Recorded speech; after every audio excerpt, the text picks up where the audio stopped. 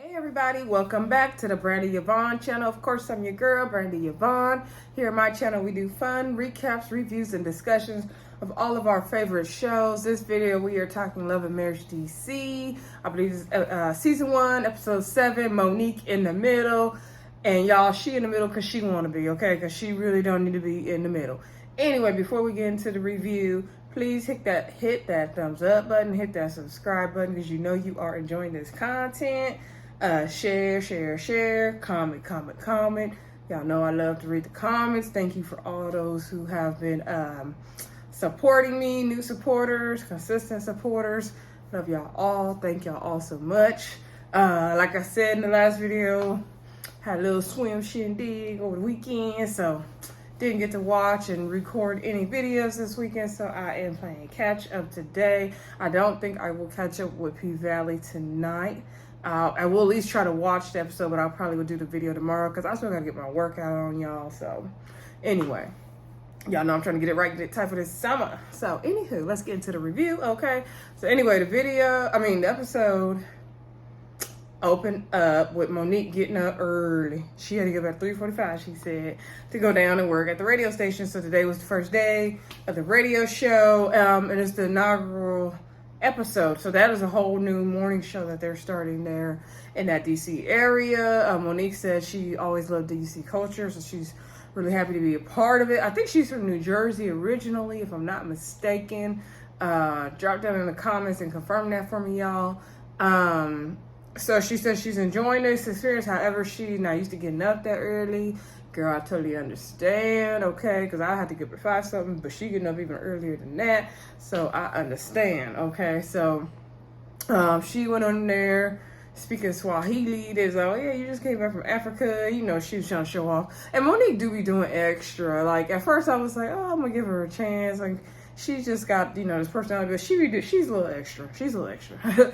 So anyway, then back at the house, we see Chris up with the 3 kids. He trying to make breakfast. They want him to make some pancakes like their mama make.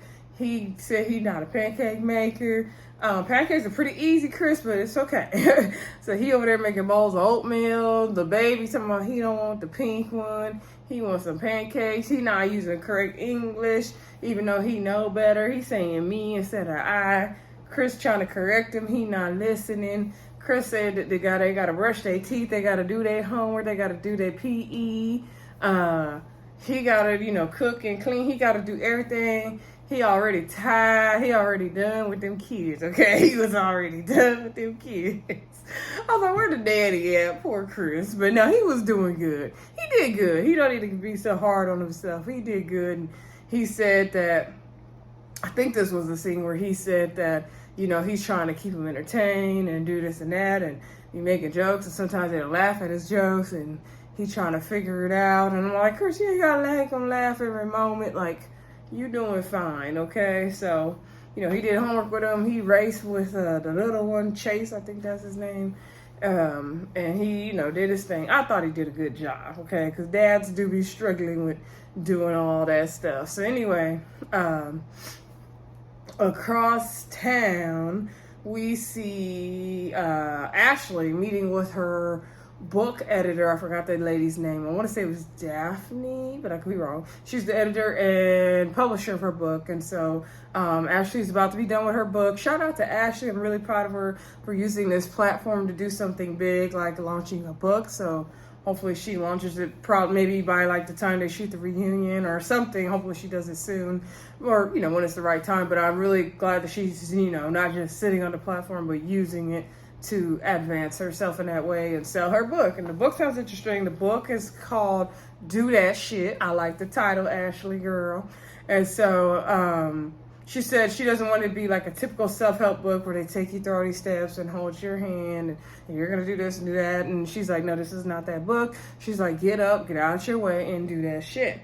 And so the book is not done. The publisher is like, so when you going to be finished, girl?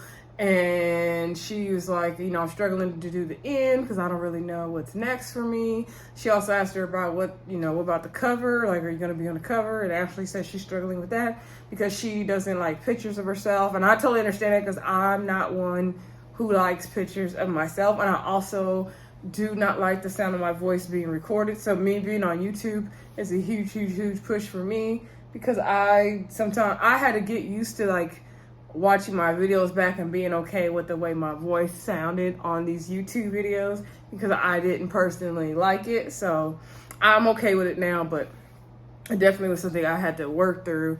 And I don't always like pictures of myself. I like pictures of myself more now, but I don't consider myself someone who is photogenic and takes all these fabulous pictures all the time. Like, I think I'm pretty in real life, but I don't know if it always translates in pictures well, in my opinion. So anyway, but again, that's something I'm working on, just like Ashley's working on hers, right? So anyway, she said, you know, that's something she got to get out her own way with. And the editor told her, right, like, you're the face of your brand, your book, like, you have to do it. You know, you got to get on your own way on that. So Ashley's like, you know, she's going to push herself to try to be able to cover this book. She feels like there is no end to the book, because you're always working on yourself, which is true.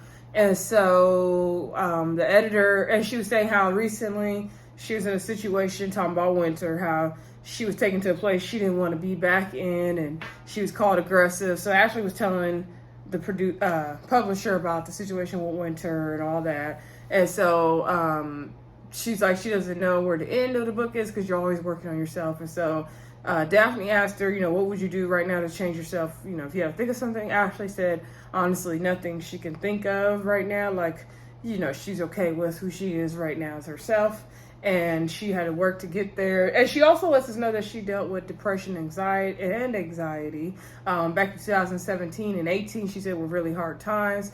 At that time, DJ Quick's career was really taking off, and she was just at home all the time with the kids. She had to drop out of school twice, as she told us before. One time she cried for 24 hours straight, and then she had a doctor's appointment the next day. The doctor could see that she was upset and something was wrong.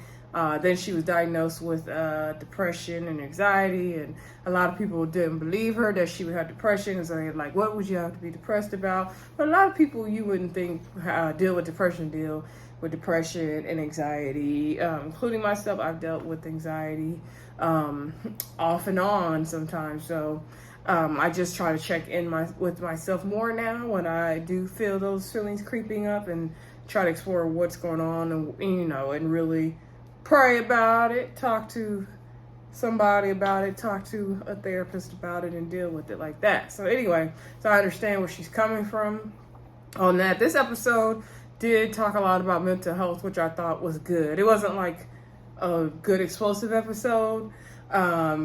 Next week looks like it's gonna be good though, but I did like all the things they dealt with about mental health in this episode, and even loving your body and stuff like that. Right, we're gonna get to in Erana. So anyway,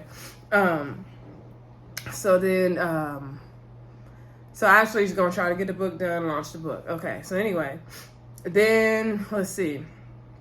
Monique came home from working at the radio station all morning, and the baby, Chris, was hanging out with the youngest one, and they looking at the church. That was a cute moment, I thought. And so she hugged the baby, and then he asked her how was her day. He sent the baby upstairs with the other kids. He asked how was her day. She said she enjoyed it. It felt like what she was meant to do. You know, she wasn't used to getting up that early at 3:45, but you know, she's like, her dream finally came true. Reminded her when she used to play, pretend like she's in the radio when she's a kid. And Chris was like telling her how proud of her he was, and she asked how his day went. He was like, yeah, it was hard, I ain't gonna lie, like trying to deal with the kids, entertain them, like I don't know, like if I'm, you know, getting through, if I'm making them laugh, I don't know what to do. And she did say, I was happy with Monique in this moment, because I thought she was going to beat him down like she always does verbally. But she was nice and said, you know, I appreciate you holding it down, taking care of the household while I'm at work, and you doing your thing, stepping up. And she did give him kudos, and she did tell him, like, I'm giving you advice as a mom who mom who did it for 9 years. You got to be prepared. Like, you cannot wing it with 3 kids. And I'm sure that was good stay-at-home mom advice she gave him. And so he, you know, tell her like he was proud of her. And he said that when he met Monique, she was trying to be a rapper, and he was thinking about opening up a record label. I'm like, Lord, that's funny.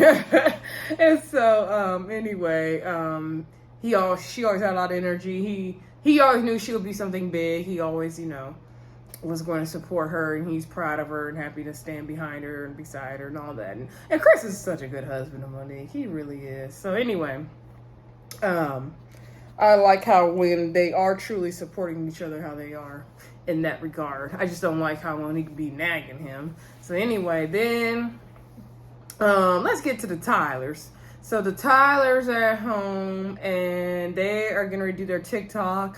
As everybody knows, they are TikTok famous, okay? I follow them on Instagram now, so I see lots and lots of TikToks that they do. I don't have TikTok, but I'm able to see it on Instagram. Anyway, Jamie got the camera and stuff. Like, I need to get one of them ring light things myself. But anyway, we trying to earn our way over here at the Brandy Vaughn channel, okay? So, anyway, he got it out and called Erana down. And he said he got an idea for their TikTok. Their TikTok money is like their extra money, play money. It's not the main thing that makes their money. They got other businesses, they said. So he had a good idea for TikTok, but it looked like I don't know what TikTok that was or if it worked out what he was trying to do. So anyway, they decided to sit down to talk about the whole, what was that lady last week, Terry, medium or something, energy reader, Lord. All a bunch of foolishness in my opinion, but to each his own if you're into that, okay? So anyway, she was like, what did you think of it? Intuitive, I think that was what they called her. So anyway, she was like, what did you think of it? And he was like, oh, I thought she said some things that could be right. He was like, what she said? No, first he acted like he didn't remember what she said. He was like, what she said? What she said about me? I was a bully. I was a bulldog. And then he was like, my bully. And then she's like, yeah, you could be mean. You could be very aggressive and things with me and with the kids and you discipline the kids. And then he was like, wait, am I aggressive with disciplining the kids? Like, what? And then she was like, no, like I think they tried to correct it because it didn't want to come out like he's being aggressive when he disciplines kids, because that's not what it is. And so anyway, he's just hard and tough. And so he said, that's how I am. That's how I was raised. Not saying it was right, but he's like his dad. If you know his dad in sports and stuff, his dad would knock you down. You start bleeding. He'd be like, are you okay? Okay, get up. So he had him and his siblings got a lot of tough love from his dad, and that's kind of where Jamie learned to be tough. And I'm sure the environment they grew up in, he had to be like that as well. And so now he's doing that in his parenting style. However, that's not working because your kids are not in that same environment where they need to be that kind of tough. Yeah, they need to have their street smarts.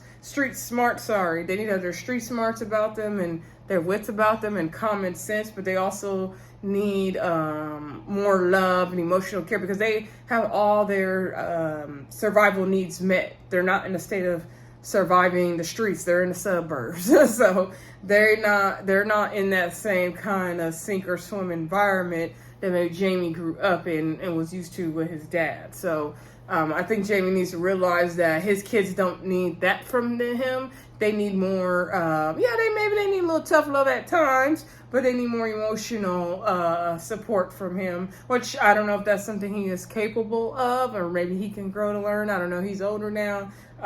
Hopefully one day he will see it, maybe when he watches this season played back, and have a little bit more understanding of that. Because he has a very highway attitude, in my opinion. But I like Jamie and Erana, I really do. Anyway, they were talking about that, and they were talking about they might go back to see the intuitive together and work on whatever they need to work on. So Jamie said he thinks he's perfect, and she's like, no, you're not. So anyway, then let's see. We see Monique go talk to Ashley. So Ashley's doing her book photo shoot. I want to see how the cover looks like when it's done, because it was giving me a little bit of a 90s feel, but maybe I need to see like the whole thing done. But I don't know, something about her outfit and the earrings and the background was giving me a 90s feel to it. So anyway, but maybe it's supposed to do that. I don't know. So Monique came and she was supporting Ashley doing her photo shoot, right? And then she was like, as a mom, it could be hard for us to, sit down and do something for us and really work on our stuff we want to work on, because we start to feel guilty when we're, not taking care of the household. And Monique said she can really relate to that. And She asked Ashley what's the book called. She said, do that shit. And she laughed. She's like, she laughed all hard.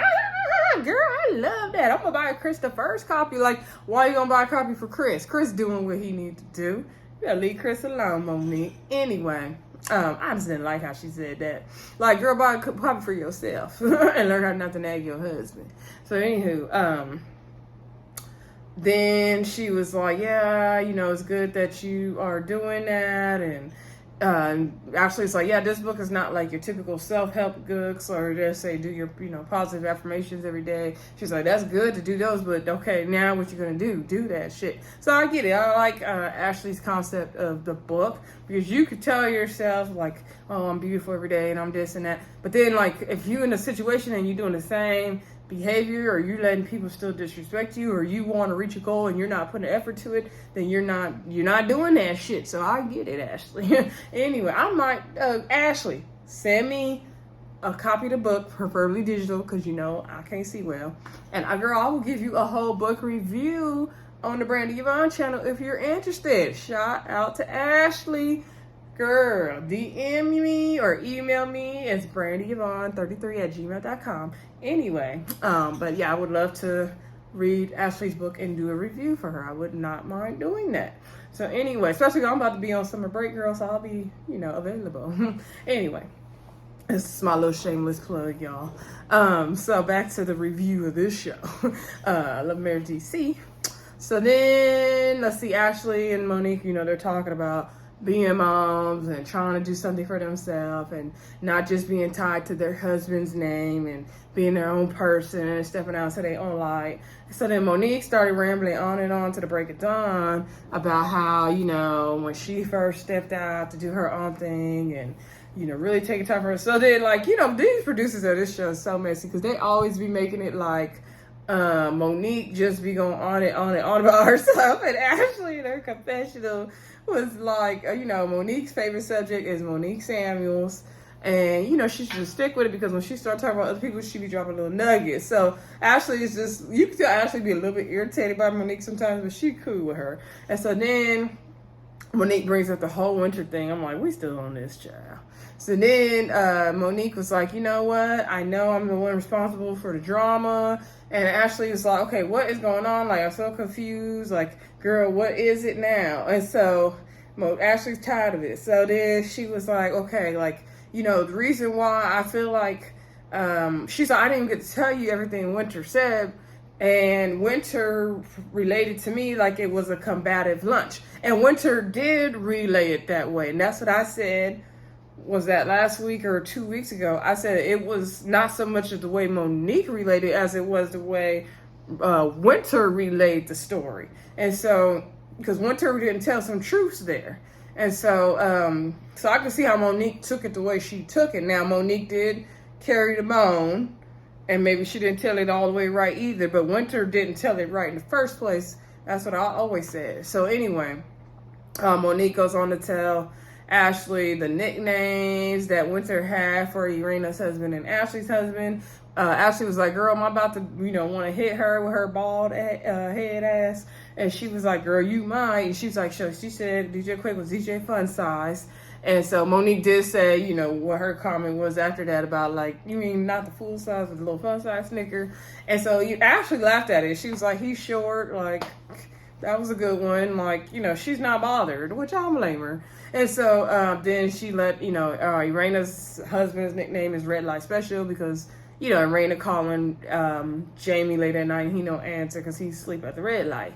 So anyway, she was like, Ashley, like, girl, bye. She not here for all that. And Monique was saying her confessional, like, she need to get to the bottom of this Winter because she doesn't know Winter to be a messy chick. All the time she known her, and she's trying to figure out, like, was there something miscommunicated, or she really liked this and she just didn't see it? I think Winter is really just messy because they got into her ass at the vegan dinner that didn't nobody want to be at, and she trying to get back at them and she really can't. She has nothing to go on, and she's trying to throw her shade. She's trying to be funny, and some things she said was funny, but yeah, that's what it is with Winter. Anyway. So then we see moving on, we see DJ Quick and Chris Samuels go out to get like foot massages at a foot place, and DJ Quick was like, I need to listen to my wife, I need to listen to the doctor, I need to take some time off from work, relax, do me. Chris is like, I'm surprised you got the time off, man, because you be busy. So anyway, they go change into their spa clothes and sit down. There's a male masseuse, foot massager, and a female foot masseuse. And DJ Quick was like, yeah, I'm going to the female one, Chris, you going to the male one. I was cracking up at that. So anyway, they was just checking in with each other, and Chris said, yeah, he'd been going through it, having to take care of them kids every morning and get a routine with them, and he didn't realize all the work it took, everything that Monique did for the kids. She make it look so easy. Quick said he going through the same thing, because now Ashley, is really blowing up with this book thing and really getting to her own thing, and he's having to step it up more, and he was like, yeah, she's like superwoman, like I can't believe everything she does, she makes it look so easy. So they were both bonding in that moment, how they didn't know everything that they wives had to do as stay-at-home moms, and they're like, hats off to them. And I love that moment, because a lot of men take it for granted what women do, especially as stay-at-home moms. And when they're at home having to do all the cooking and cleaning and tending to the kids, and the husband's out making the bread, and he thinks, they may diminish or demeanor what that stay-at-home mom is doing, and then when they have to do it, it's like, oh, it's just so hard. So I commend those men for giving their wives their props and calling them superwomen, because they are superwomen, okay? Especially if they gotta work too. So anyway, then they're talking about, the experience with the healer, intuitive, whatever she was. And Chris was like, have you took some of the advice of that person? And he's like, yeah, I'm trying to really, work on opening up more. And Chris lets him know he's proud of him for opening up there. And Quick was saying, with you and Monique were going through, you guys really opened up. And Chris was saying like, yeah, I can't do nothing but open up. And so Quick was like, saying Chris asked him, has he ever been to a therapist? Don't they think he should go to a therapist? And Quick was saying, no, he doesn't really want to talk to a stranger. And Chris was, explaining how good therapy was for him. He said growing up with a dad who was a Vietnam War veteran, his dad could be, very, I guess there's some abuse happening in the household. He had 3 other brothers, and nothing was really communicated, or they couldn't get help for that situation, or, tell whoever they needed to talk to about it. He just kind of had to deal with it and move on. So he didn't really know how to handle certain things, and until he got to therapy, it really helped him figure out, who he was and how to be a man and be a leader and all that. And he still struggles in the household today, and dealing with certain things in his household, but he did talk about his confession about how, like, Black people in the mental health, in the Black community, about sometimes we may not can afford it, or we feel like we shouldn't do it, or whatever reasons, or stigmatisms we have going on with mental health in the Black community. I feel like it is getting better though, but we still have a way to go. So I really do commend Chris for talking about mental health in the Black community in that moment. That was really cool. And DJ Quick talked about, being vulnerable, and he's trying to work on opening up to Ashley more, being vulnerable. And he said him and Chris grew up in different environments, and he didn't mean no shade about it, but they did.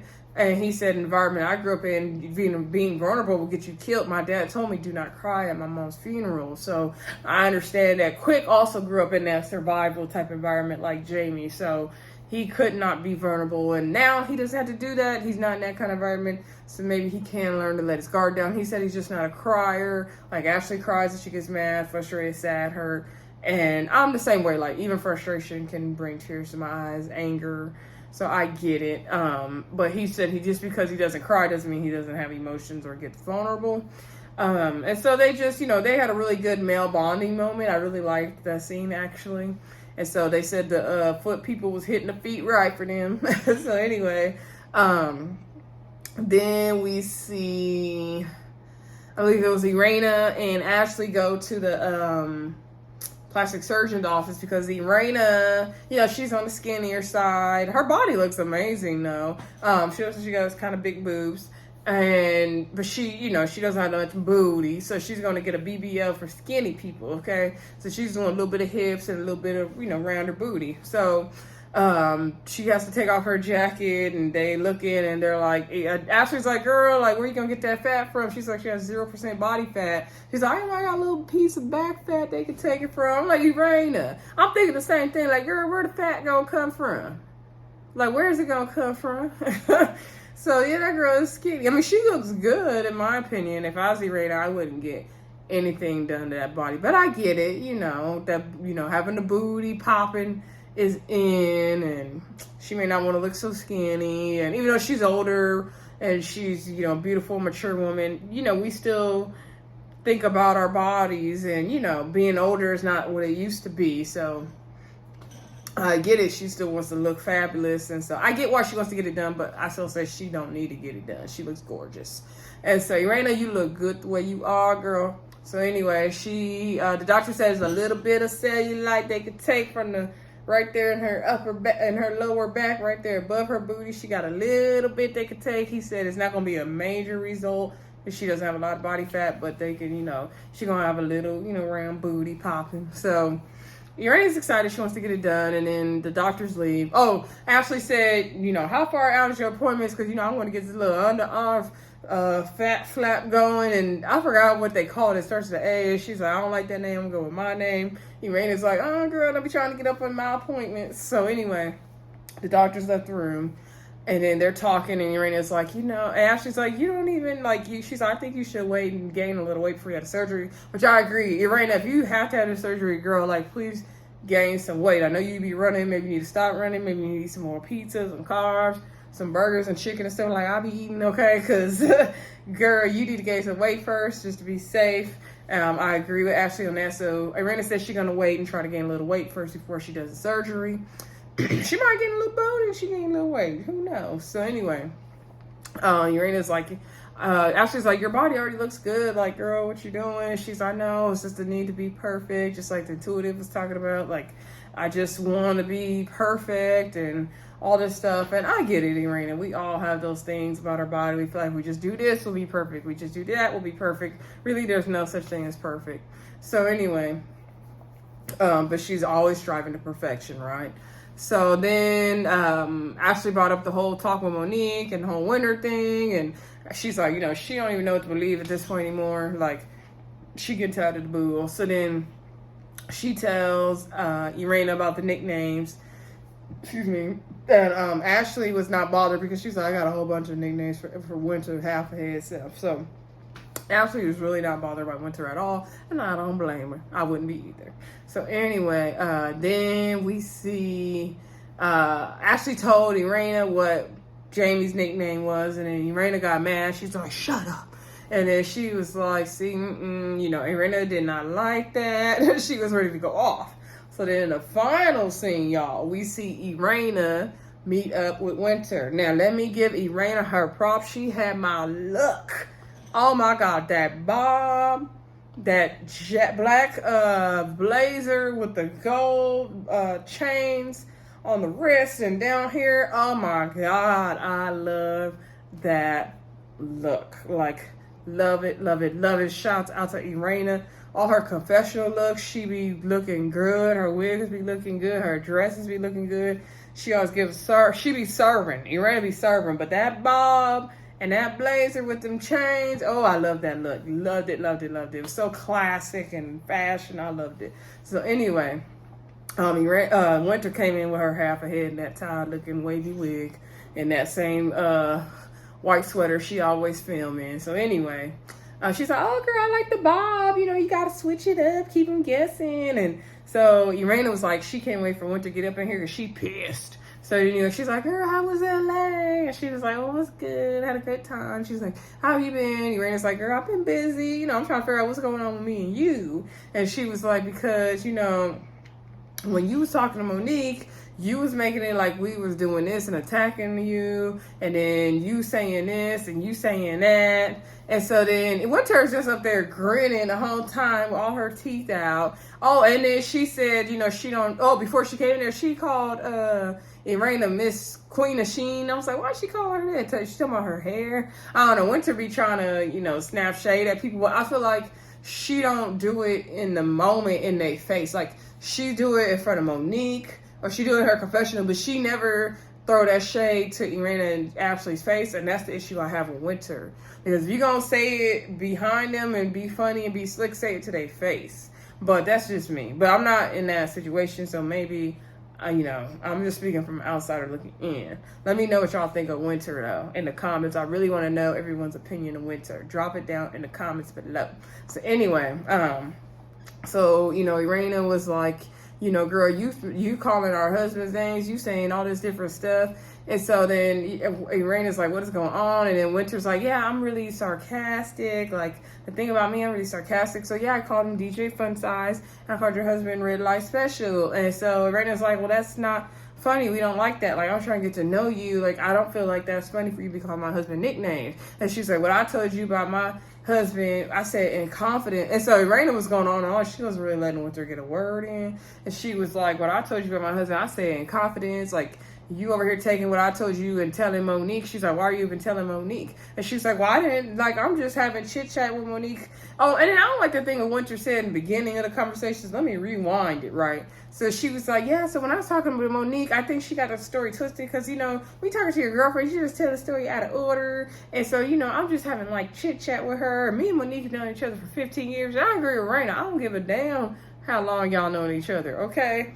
So anyway, then Erana's just going off on Winter basically and saying like, why would you even tell Monique the conversation me and you had about Jamie? She was like, well, she's like, you should have known, you should have been telling that. I was having a vulnerable moment. You should have kept that to yourself. I don't want you talking about nothing about my husband, should be coming out your mouth. So Winter was like, well, I didn't think it was a thing in confidence. Like, I'm just having like girl chat friend talk with Monique. I didn't think it was a thing like that. And she was like, you should have known not to be saying that. She's like, well, you didn't tell me not to tell it. And I feel like I kind of agree with what Erana's saying. No, she wasn't saying it like it was a secret, but I feel like Erana was having like a one-on-one with Winter and trying to let her guard down Winter, and then Winter weaponized it to Monique by calling him Red Light Special. And I don't like when people do that. I do not like, and women, we have a tendency to do that. Sorry to say it. And there's probably men who do it too, but I do not like when I tell somebody something, and I'm not saying it's gotta be in confidence, but they weaponize it back against me. And there's somebody in my family very, very close to me that does that, and I cannot stand it. Like, do not take something I told you and weaponize it back against me later. I do not like when people do that. That is like a big pet peeve of mine. I cannot trust you when you do that. So I get where Erana was coming from, but she was going off on Winter. She was coming for her head. She was the shade side. She was not giving her a chance to really talk. It was not really a good dialogue. And that moment, the way Erana was going off and standing up and pointing, I said, oh, Erana and Jamie are made for each other. They are king of queens of DC, OGs, as somebody that said in my comments. Like, they are both carry that same kind of like, don't F with me energy. I'm sure it's a DC city thing too. But yeah, they are definitely a match in that regard, and I love it. Anyway, that's our episode ending. Next week, look like it's gonna be good. Peter Thomas came down from Atlanta to DC at the Bar One. I guess they got a Bar One in DC now, and so he gonna make his reality TV re-debut, I guess. Kevin gonna come through talking about he's still married to that girl. I'm like, you not married to that girl no more, but okay, Kevin. And then the end, we see Monique having a little retreat, and she's like, well, I had to invite Winter because it was her friend who the sex therapist. And then Chris gonna say, well, y'all know I invited Kevin, right? Every time I seen that part, I hollered. So I can't wait for next Saturday to see how it's gonna go. We probably gotta wait 2 weeks to see the real drama, because y'all know how they do us with them damn previews. Anyway, y'all let me know what y'all thought of Love and Marriage DC, and I will talk to y'all soon. Like, comment, subscribe, and share. Bye.